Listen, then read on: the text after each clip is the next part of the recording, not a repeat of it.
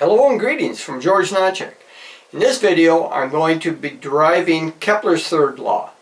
It is a less detailed version of what I did in my first video called Flat Earth Answers and Explanations, where I used vector methods. In this one I'm not going to be using vectors but just using scalar quantities and showing you how the various force vectors are directed without going through the theory behind it like I did in that video. And this will be a much shorter video than I did in the first video because I won't be going through all the vector analysis. In the first analysis I'm going to be assuming that all the mass of a two-body system where we have a central massive object and a less massive object orbiting about it, and we'll assume that all the mass of that two-body system is concentrated in the central mass, much like the Earth-Moon system, where we just assume that all the mass of the Earth-Moon system is concentrated in a mass. This is what Brian Mullen did in his episode 3, where he ended up botching everything up and wondering what had happened to the mass of the Earth and why it dropped out, and I'll show you why it dropped out. And in the second method, we'll be using the concept of the center of mass, where we'll show that the mass of the Earth does not drop out of a more detailed and rigorous equation. So we'll get started here. We'll assume that we have two masses. We have a central mass. In this case, we can think of the mass of the sun, capital MS, and a less massive object called small me, which in this case we could think of being the mass of the Earth. And we have the distance from, I'll just call this the Earth to the Sun. There will be two distances in general, but in this case they'll be the same. There's the radius that we use for computing centripetal acceleration, I'll call it RC, and the radius that we use for computing the force of attraction between the two masses, I'll call it RG. That we'll be using Newton's force equation, gravitational force equation. Now, the Earth, the less massive object, is orbiting about the central mass. This is a central force system. All the forces are directed towards the center of mass, or the central force, the mass that gives rise to the central force. And the tangential velocity of the Earth going about the Sun is capital VE. This is the linear tangential velocity. And we have a rotational velocity, omega sub e, where this is in radians per second. And omega e is nothing more than the radial angular distance around the orbital path divided by the time it takes to go around the orbital path. So what we have here, omega e will just be 2 pi over the orbital time period. In this case, it's 365.25 days. Now, the centripetal acceleration that's directed inward towards the center of mass is, we'll call it the centripetal acceleration, and this is omega sub e squared times RC, where this is in units of meters per second squared. This is an acceleration. It's directed inward. Now, this is also the centrifugal force that balances, that tends to knock the Earth out of its orbit, the centrifugal forces that you feel whenever you're rotating. Now, the centripetal force and the centrifugal forces are equal, and they are equal to, we just multiply the acceleration by the mass of the Earth. And in this case, we will have mass of the Earth. Putting in for the centripetal acceleration, we get omega squared E RC. Now, the force due to gravity that gives rise to the centripetal force and acceleration was, by Newton's gravitational equation, is big G, the gravitational universal gravitational constant, times the mass of the Earth times the mass of the Sun over the distance squared of the distance that separates the two masses, the center to center distance of the two masses, and that will be Rg squared. Now we equate the two forces. The force due to gravity is equal to the centripetal force. So putting in, we end up with G me ms over Rg squared. This is Fg, and then for Fe we have mass of the Earth, omega sub e squared Rc. Now we see the mass of the Earth appears on both sides, and we will cancel them out algebraically. And in this case, since we're assuming all of the mass of the two-mass system here is concentrated in the central mass, that is, that the central mass, ms, is very, very much larger than the mass of the Earth. The mass of the Sun is very much larger than the mass of the Earth. That it's about 1,000,000 times more massive. So we neglect basically the mass of the Earth when determining what the vector length is for the centripetal acceleration. And so we say that Rg is equal to Rc. That is, the same distance that's used for measuring or determining the force due to gravity is the same as the radial distance that's used for computing the centripetal acceleration. That's not true in general. They vary slightly, which I'll do on the next problem. But for this one, we'll say they're the same. So we'll call Rg is equal to Rc, and we'll call it just R. So putting in the equation, we have G ms over R squared is equal to omega sub e squared R. So we bring the R squared over onto this side, multiply through by R squared, so we get R cubed, and that's our equation. This is Kepler's third law, that G ms, universal constant times the mass of the Sun, which is a constant, this is a constant, is equal to the angular velocity squared times the radial distance between the two masses cubed. Now, we know that the angular velocity is 2 pi over the period, so we can put that in here.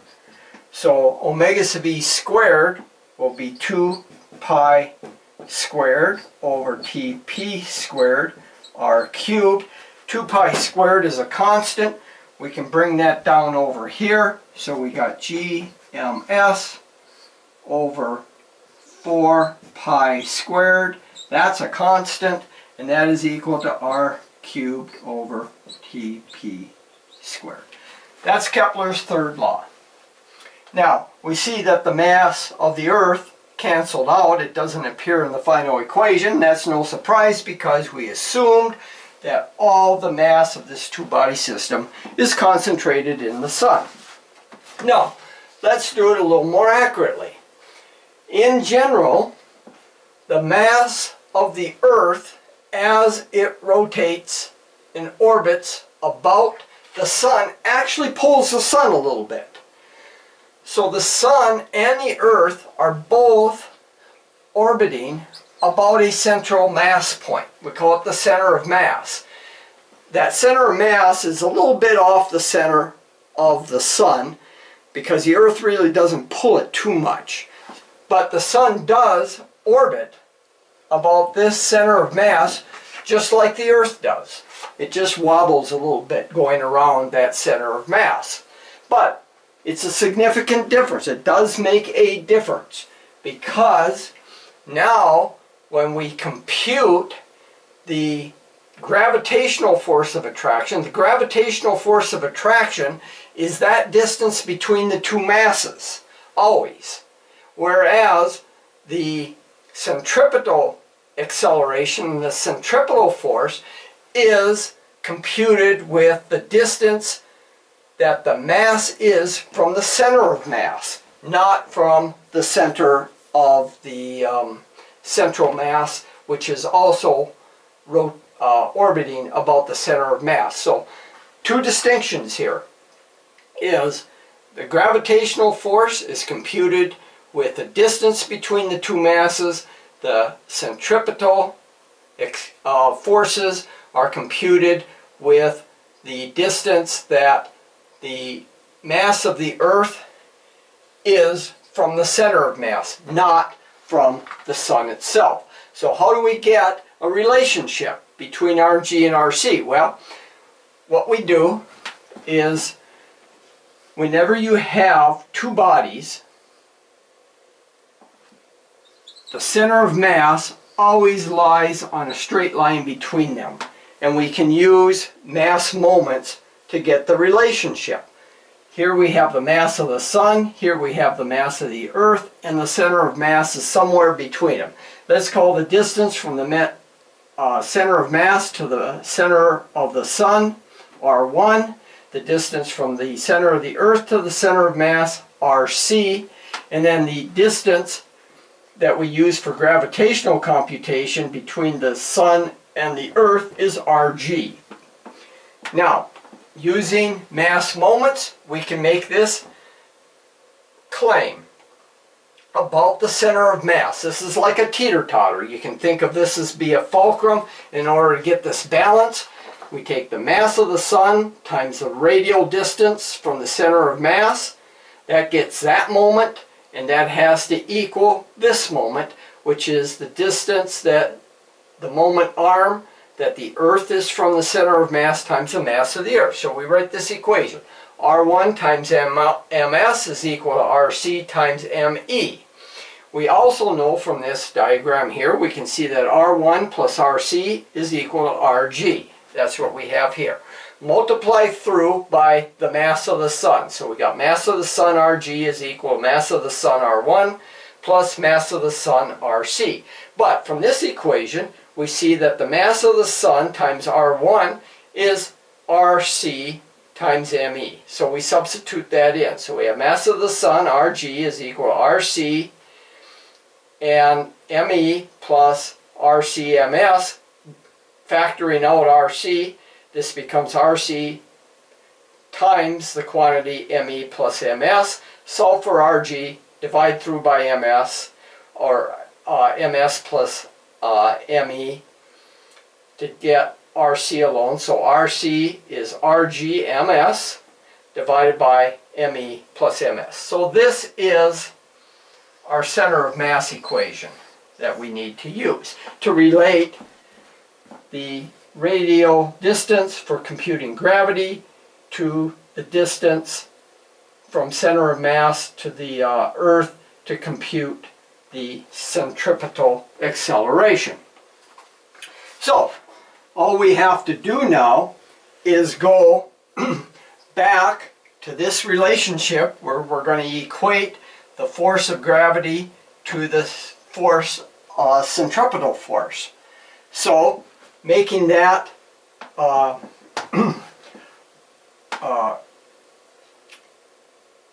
equality, or equating the two, we end up with G, this is for Fg, just like we had before, Me ms over Rg squared. Then we're going to equate that to the centripetal acceleration, which is this, just as it was before.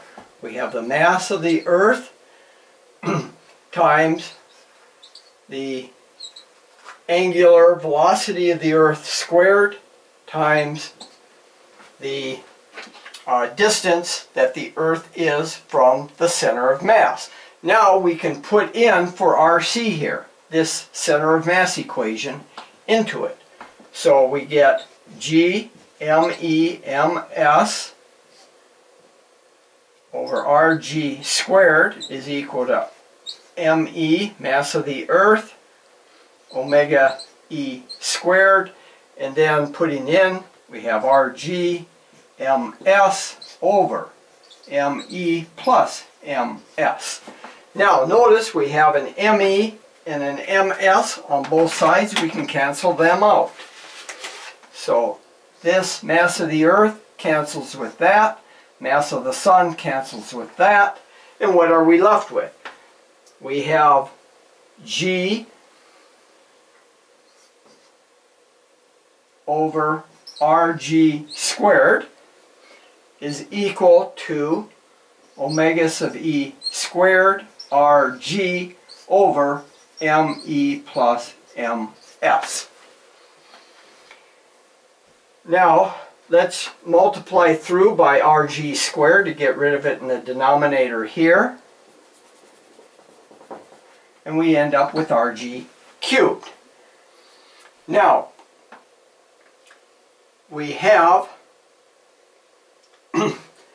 let's move the masses over to the left side of the equation, and we can write this as G times mass of the Earth plus mass of the Sun is equal to the angular velocity of the Earth squared times the distance that the Earth is from the Sun cubed.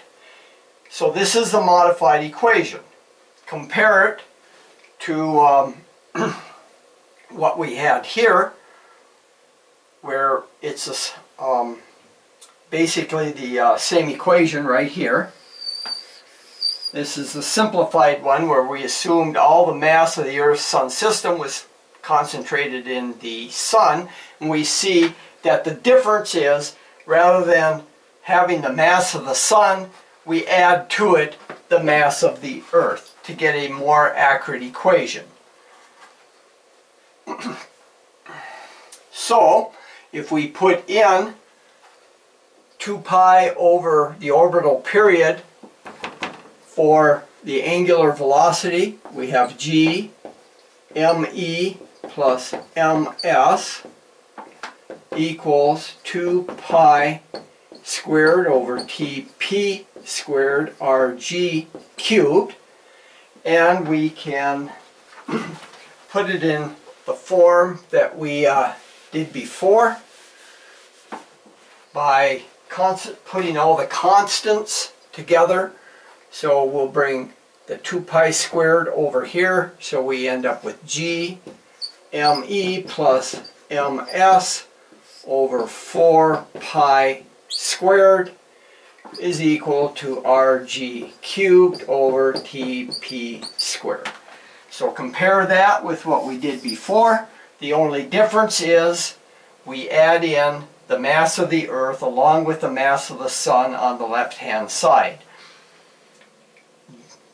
Big G times the mass of the Sun and the Earth has a special name. It's called the universal gravitational parameter, and it's known to a very high degree of accuracy. So we can do some computations now. We'll use this equation, and let's just see how it works for the Earth. We can now write this equation in a little different form using what's called the standard gravitational parameter. The standard gravitational parameter is defined as mu, which is the universal gravitational constant, big G, times the mass of the body that we are interested in. So in the case of the Earth, we have the mu of the Earth is equal to cap G, big G, times the mass of the Earth And this value is 0.003986 times 10 to the 17th. And the gravitational parameter of the Sun is G times the mass of the Sun, which is 1327.1244 times 10 to the 17th. We're not going to worry about the units because we're going to be ratioing these. Now, using this, we can rewrite the equation as Rg cubed over the orbital period squared is equal to the gravitational parameter of the Earth plus the gravitational parameter of the Sun over 4 pi squared. I'm going to factor out the gravitational parameter of the Sun and write this as 1 plus mu e over mu of the Sun over 4 pi squared. Now let's look at the ratio mu e to the mu of the Sun. So mu e to the mu of the Sun is just the ratio of these two. The 10 to the 17th will cancel, so we have 0.003986 over 1327.1244, and this works out to 3.00 times 10 to the minus 6, or the ratio is 3 parts per million out of 1.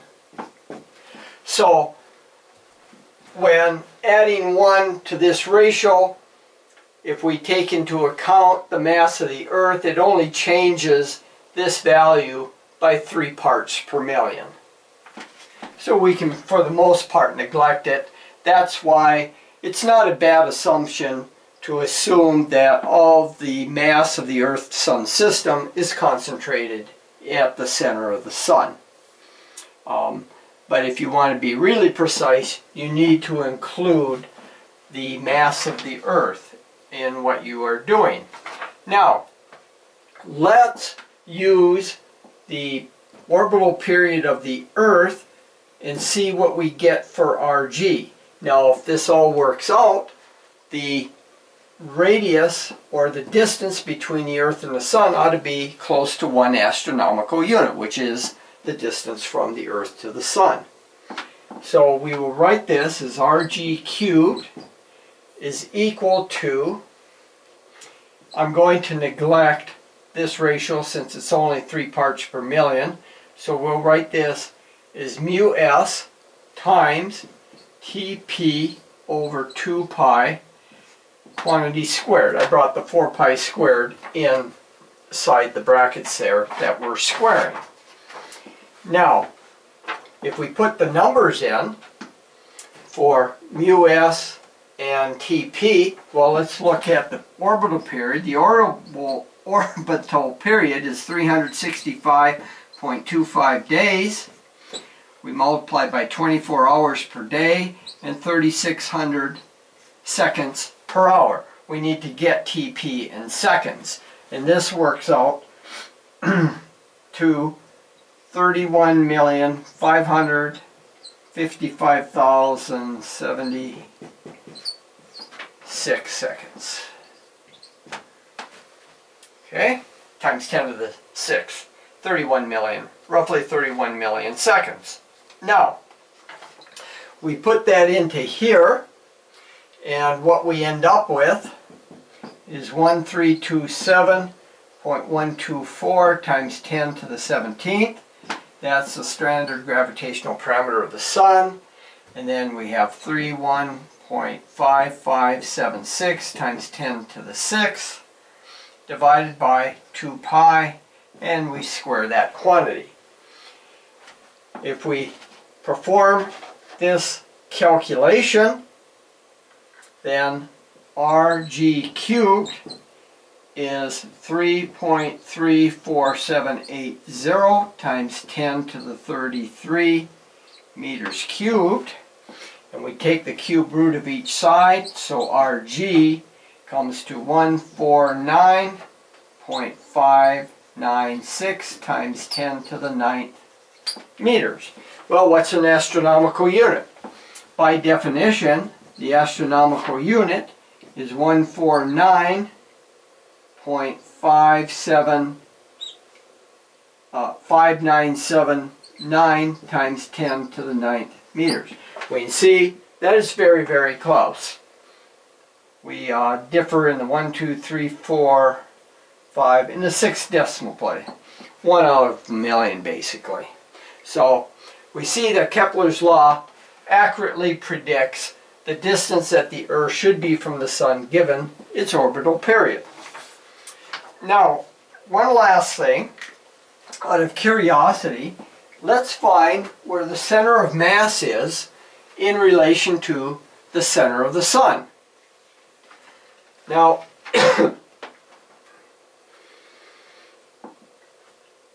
we had some relationships before that we derived. What we're looking for is R1. Remember, we had this, where we have the mass of the Sun, we had the center of mass, and the mass of the Earth. And we call this distance R1, this distance RC, the distance Earth to the center of mass, and then the distance from the Earth to the Sun is Rg. So we see that R1 is equal to Rg minus Rc. This length less that length is R1. But we also derived a relationship that by using moments of mass, we got a relationship between Rg and Rc. That Rc was equal to Rg times the mass of the Sun over the mass of the Sun plus mass of the Earth. Now, if we multiply numerator and denominator here by the universal gravitational constant, big G, we convert these into the gravitational parameters. So we get Rc equals Rg mu s over mu s plus mu e. And if we factor out a mu s on numerator and denominator, we get Rg over 1 plus mu e over mu s. I'm just dividing through numerator and denominator by mu s, so we get 1 over 1 plus mu e over mu s there times Rg. Now we can use an approximation. This is a very small number, so 1 divided by 1 plus a small number, we can bring it up into the numerator by subtracting off the small number in this fashion. Rc is approximately Rg times 1 minus mu e over mu Sun. Now, we already calculated this ratio. This just differs from 1 by 3 parts per million. So, what we can do now is take this and put into here to get our R1. We see that R1 equals Rg minus Rc. So we have Rg minus, let's expand this out. This is 1 minus Rg minus Rg mu e over mu s. So R1 then is Rg minus Rg. Those cancel. Minus minus becomes a plus, so this is Rg times mu e over mu s. So there's our relationship. That tells us where R1 is, or the center of mass is, in relationship to the center of mass, or to the center of the Earth. This is the relationship of the center of mass, the distance the center of mass is from the center of the sun. Well, mu over mu s is 10 to the minus 6. So if we put in here, Rg is the essentially the astronomical unit. We calculated that to be 1.49.6 times 10 to the 9th meters, and we multiply that by the ratio of mu e to mu s, which is 3.00 times 10 to the minus 6. And if we perform that product, we get 449 kilometers, which is about 281 miles. So the center of mass in the Earth-Moon system is only about 281 miles towards the Earth from the center of the Sun. So it's a little bit off the center of the Sun, but not a whole lot when you consider that the radius of the Sun is well over 600,000 kilometers compared to 449 kilometers. So we see that Kepler's third law works out pretty well, and it holds for all orbiting bodies about a central mass system, like the moons of Jupiter, all the other planets about the Sun. Works out very, very closely. I discussed that in the video, Flat Earth Answers and Explanations. I went through all the parameters for all of the planets in the solar system. You can see that the accuracy is very, very good using this corrected equation here for Kepler's law, where we add in the mass of the Earth along with the mass of the Sun. So that's it.